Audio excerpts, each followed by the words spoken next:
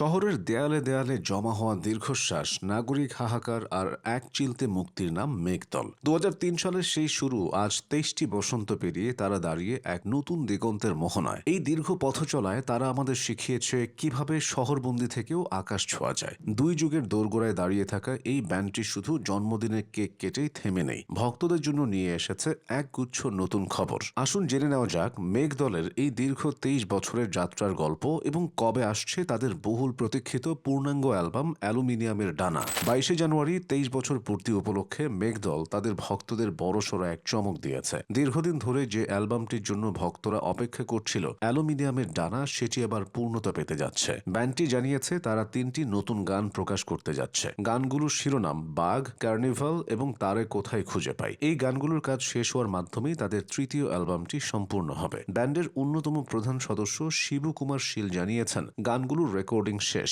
এখন চলছে ভিডিও নির্মাণের কাজ।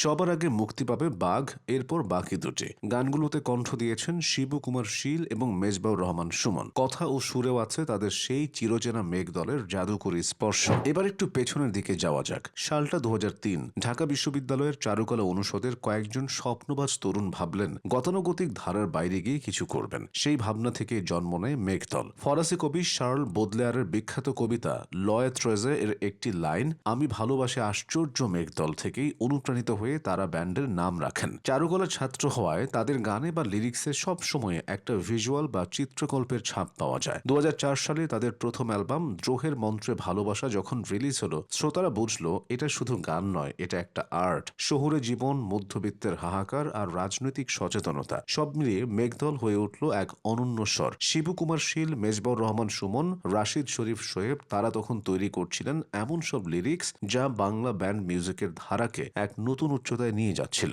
তবে মেঘদলকে সত্যিকার অর্থে কাল্ট স্ট্যাটাস এনে দেয় তাদের ২০০৯ সালের অ্যালবাম শহরবন্দি। এই অ্যালবামের প্রতিটি গান যেন ঢাকার এক একটি অলিগলির গল্প। এরপর দীর্ঘ বিরতি, ভক্তরা অধীর আগ্রহে অপেক্ষা করেছে বছরের পর বছর। মাঝখানে প্রায় ৯ বছরের বিরতি দিয়ে তারা ফিরে আসে এসো আমার শহরে গানটি নিয়ে। এরপর একে একে রিলিজ হয় নির্বাণ, না বলা ফুল, মায়া সাইকেল। বিশেষ করে এ হাওয়া গানটির কথা না বললেই নয়। মেজবাউর রহমান সুমনের পরিচালিত হাওয়া সিনেমার এই গানটি ২০২২ সালে সারা দেশকে মাতিয়ে দিয়েছিল। এই গানটি মেঘদলকে তাদের পুরনো শ্রোতাদের গণ্ডি পেরিয়ে সাধারণ মানুষের একদম ড্রয়িং রুমে পৌঁছে দেয়। আর কোক স্টুডিও বাংলায় তাদের বোন বেবি পারফরমেন্স প্রমাণ করে দিয়েছে ফোক আর আরবান সাউন্ডের ফিউশনে মেঘদল কতটা শক্তিশালী। সম্প্রতি শিবু কুমার শীল জানিয়েছেন ঈদের পরপরই তারা একটি বড় পরিসরে বিশেষ কনসার্ট আয়োজন করতে যাচ্ছেন। আর আগামী বছর অর্থাৎ ২০২৭ সালে যখন ব্যান্ডের ২৪ বছর বা ২ যুগ পূর্ণ হবে, তখন তারা একটি লাইভ অ্যালবাম রিলিজ করার পরিকল্পনা করছেন। অর্থাৎ অ্যালুমিনিয়ামের ডানার কাজ শেষ হতে না হতেই তারা লাইভ অ্যালবামের প্রস্তুতি শুরু করে দেবেন। বর্তমানে মেঘদলের লাইন আপে রয়েছেন